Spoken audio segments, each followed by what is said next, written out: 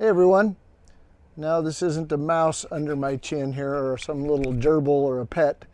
It's the microphone, and I've got that on for a reason. There's been a lot done on the car. Let me show it to you here. So you can see this engine is pretty much ready to go. I've done a lot, and I honestly don't remember where I made a video last.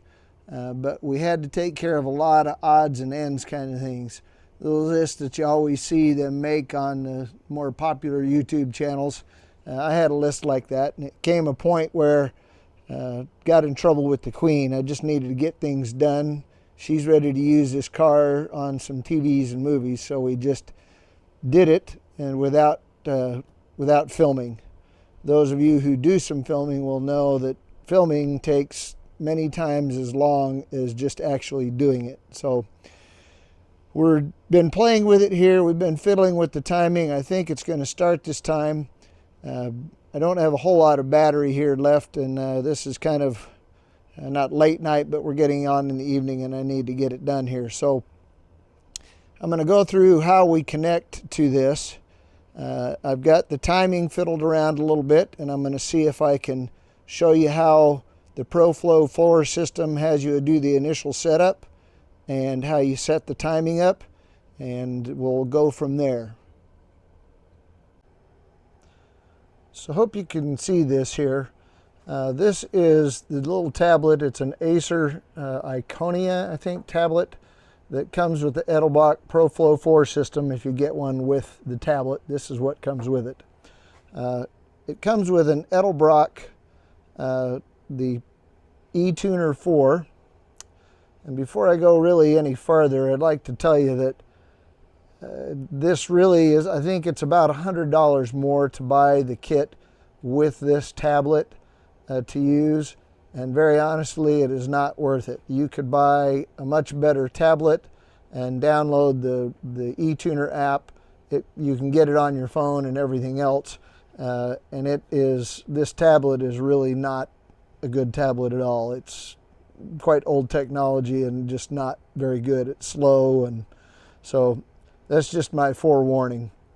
I'm going to try and connect with turn the key on. You're going to hear the fuel pump cycle, and then we're going to see if we can connect with the system.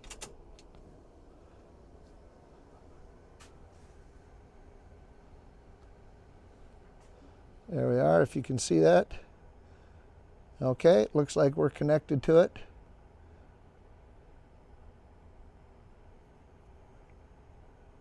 All right, so we are connected to the system here. What we are going to do is go to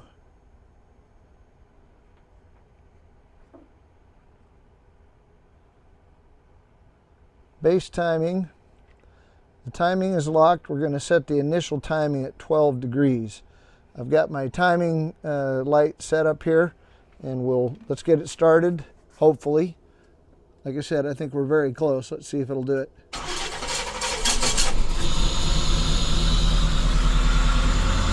All right. So I hope you can hear me with this mic here.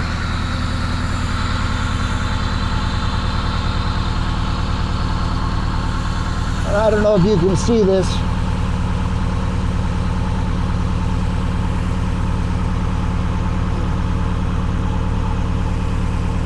So we're still quite a ways advanced. We need to bring the timing back.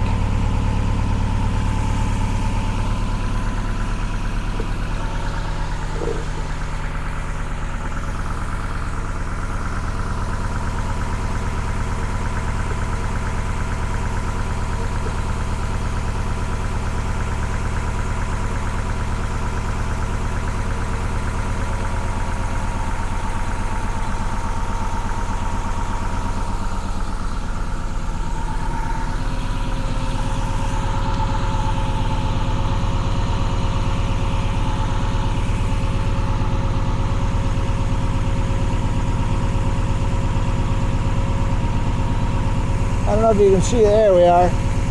We're almost there. We need to bring it back just a little bit further.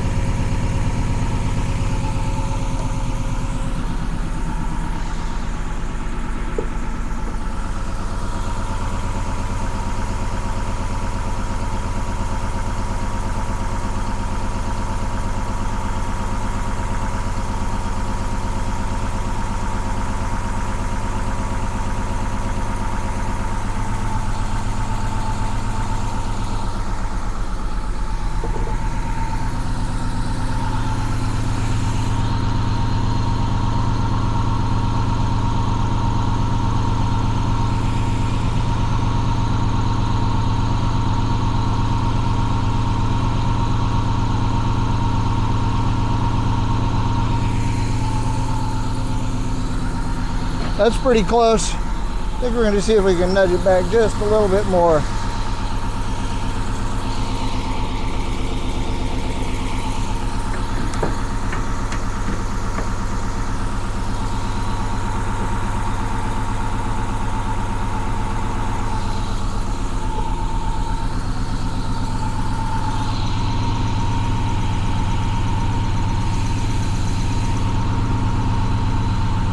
All right, one last time there.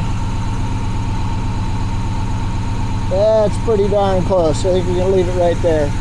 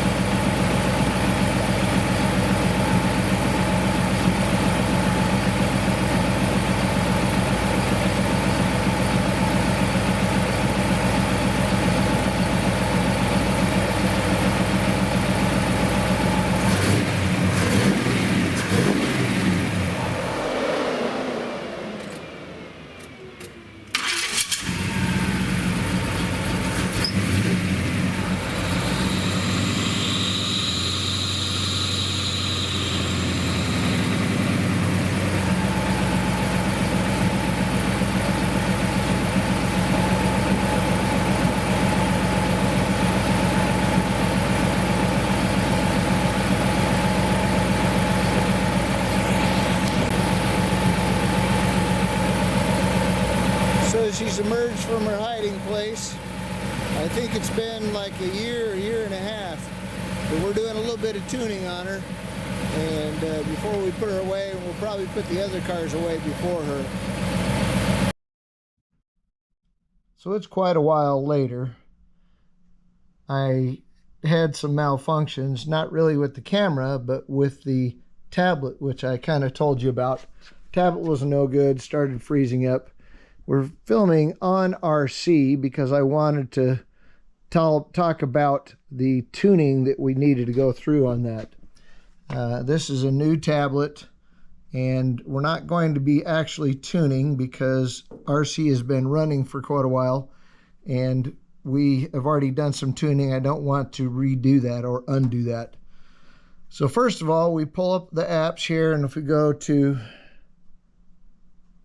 eTuner 4, which that's an app that anybody can get, and I would suggest you look at it, play with it maybe even a little bit before you get the program here, before you get the system, excuse me. Right here is where you would connect to the ECU, and first time it would look up, it would say, hey, after you turn your key on, it would say, hey, these are available. You highlight it and you can start it there, but we're not going to do that. We're going to go to demo mode here, which demo mode asks you, in general, it's saying, hey, we allow you to look at this app, which I would suggest that you do, but just know that you can see most of the information, but you're really not tuning your car. So we do want to go into demo mode, That green check mark is what it would look like if you actually were connected to the ECU. So let's start with the setup wizard. Setup is how you set up what engine that you are going to control. So if you look here, it starts with has some basic information. It's a 350 cubic inch. Mine is actually a 400. Stock camshaft, 43 psi fuel, forced induction, 29 pound per hour injector size, 29 pound per hour injector size, and a map sensor it's a 2-bar map sensor. But we're going to start the wizard. Those are just where it starts. Yes, I want to start the wizard. Okay, so very quickly, naturally aspirated. You can do forced induction if you want also. Standard firing order, 184-36572. Yep, this is a small block Chevy. You can see they list things here, LS, Ford, or Ford 351. We're going to go to the next step, 302. You can change that up or down. Mine is a 400 cubic inch. Technically, it might be bored over a little bit, but it's a 400 cubic inch engine. We're going to the next step. A stock cam of 210 degrees or less, a mild of 210 to 230, and race cam of 230 or greater. Mine was actually a mild cam, the one that I had put in it. You would get that information either from the spec card on the cam that you buy, or in my case, we had it was really kind of a custom grind that the cam grinder made for us. I think you could get ones just about as good elsewhere. Mine just happened to be during a time it was hard to get a cam. We could get a custom cam, and mine was also an aftermarket or retrofit roller cam. Next, 43 psi. You see, it only gives you one choice. That's what to tell you where your system should be set at, the fuel pressure. And you see that 29 pound per hour injectors or 35 pound per hour injectors. I honestly didn't know which I had. I had to go back and look.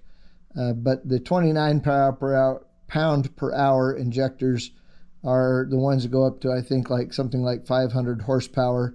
If you have bigger systems that you're doing forced induction on, then you might want to get the system that has 35 pound per hour injectors, but you would buy the system that way. The tuner is just, or the software will do either one. All right, here it goes. All things were loaded okay. Da-da-da.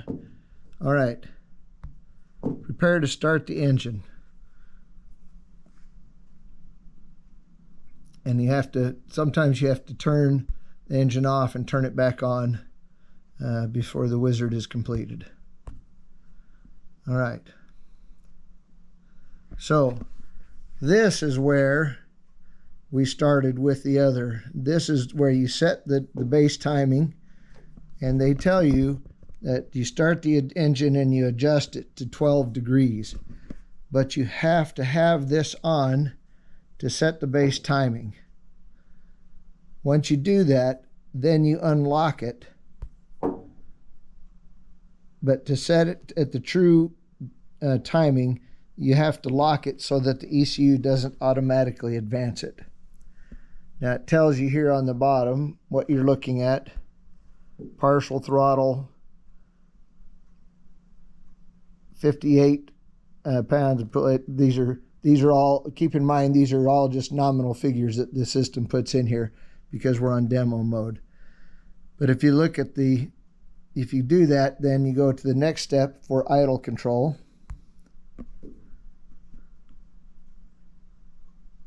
this is where you set IAC target.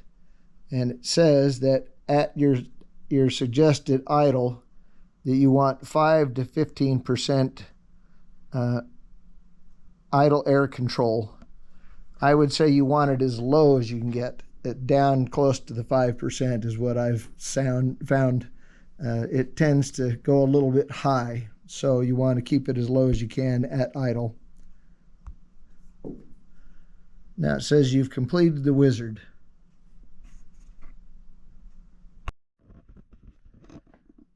I know this is a lot of talking, but I wanted to go through this demo for you, mainly because not only to show you what you can do or what you need to do, but also to show you the things that I kind of had to go through and the things that I've noticed, so you can maybe learn from my mistakes. So if you go to advanced timing, you can set air-fuel ratios for idle AFR, cruise AFR, acceleration AFR. Now, you'll start with the base model on these. You'll just have to see how your car operates on those things. I've found, especially things at idle, the nature of my engine, the older engines, you had to have it at a higher amount or richer amount, excuse me, for idle. And cruise, it didn't like actually the 14 or almost 14% at cruise. We had to change that a little bit.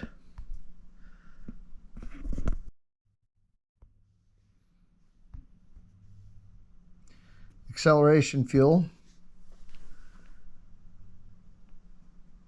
Just like you would on a carburetor for an accelerator pump, you can give it a pump shot. I think that's a percentage of fuel that it gives it more. And you can give shot duration, how long it gives that much more percentage of fuel every time the throttle position sensor sees the throttle coming open. That I really didn't have to mess with.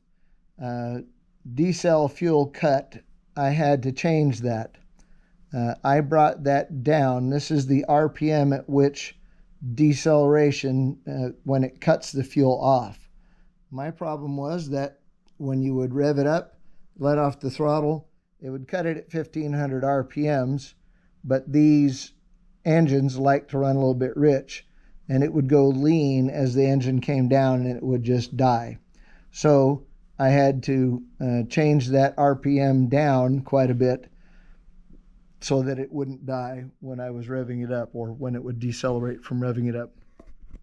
You can also go to advanced on that and tell it where to go. I believe this is for acceleration only, but you can tell it that it needs more acceleration, or like an accelerator pump when it's cold, and then as it gets warmer and warmer, it needs a little bit less.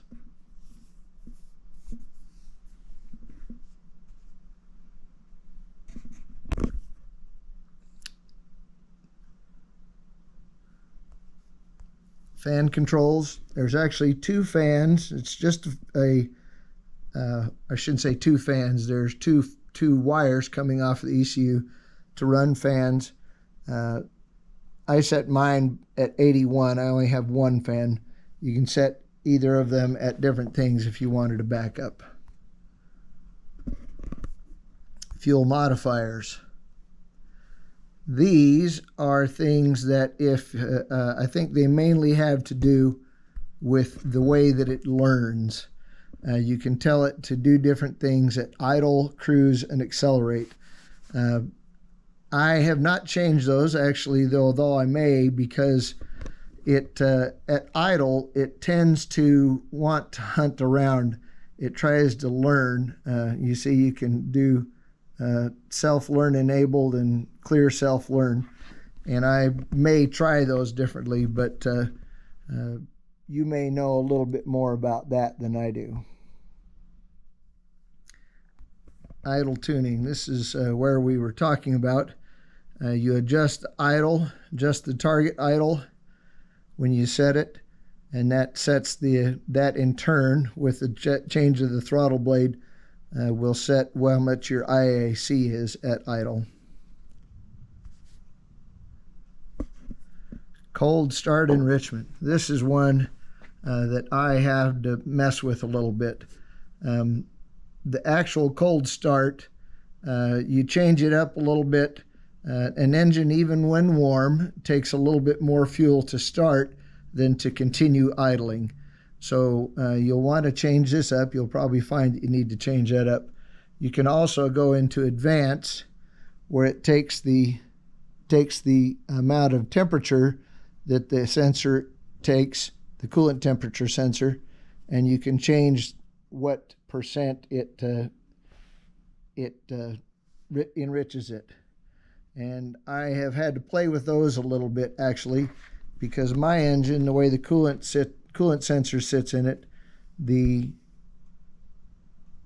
sensor gets a little bit cooler, I'm guessing, and so it doesn't keep it as rich when you start it up. So I've had to change those a little bit. Otherwise, it doesn't want to idle. If I've been running it, it warms up, sits for a little while, doesn't really cool down, or does cool down a little bit, but when I restart it, it gets kind of lazy and doesn't want to run.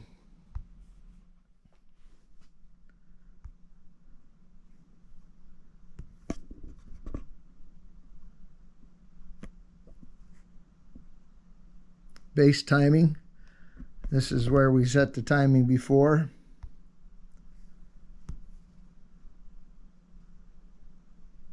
Crank fuel. This is for initial start. On and off options. Idle control. You can have it not control the idle with the IAC.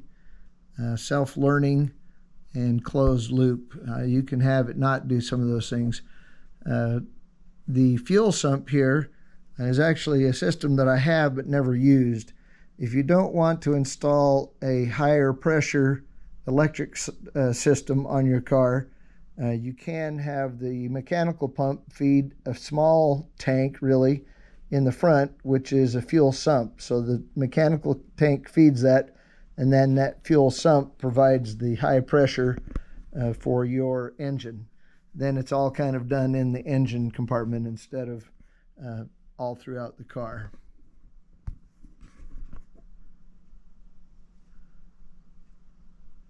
Limiters. You can have boost cut and you can have rev limiters, neither of which I've really used. This is probably 6,000 on my car. I've never come close to 6,000 RPM, but because I don't really race it or anything like that. Spark control is basically what a mechanical advance, or mechanical and vacuum advance, would do on a regular distributor. You can see here where you have idle spark, which is what you basically set your the base timing at. Make the advance start, that's at the RPM at which you want the advance to start or to start coming in. Total spark is the total amount of advance. You decide that based on how your engine runs. Mine is a small block Chevy, and just the general way the design of those, 36 to 38 is usually about where you want to be. Total spark RPM, that means where you want the total amount to be in at. This one says 3,000. That could be changed a little bit depending on how your engine runs. You can see some nominal amounts here at the bottom. Those, once again, because we're in demo mode, are just amounts, or just numbers in there of kind of an example of what you might see.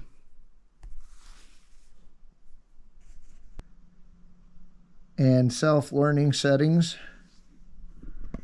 You can have it learn slow, medium, or fast. I'm probably going to turn that down to medium because I think that has a little bit to do with how my engine idles when it's just kind of a little bit warm. And you can do it self-learning RPM and closed loop RPM.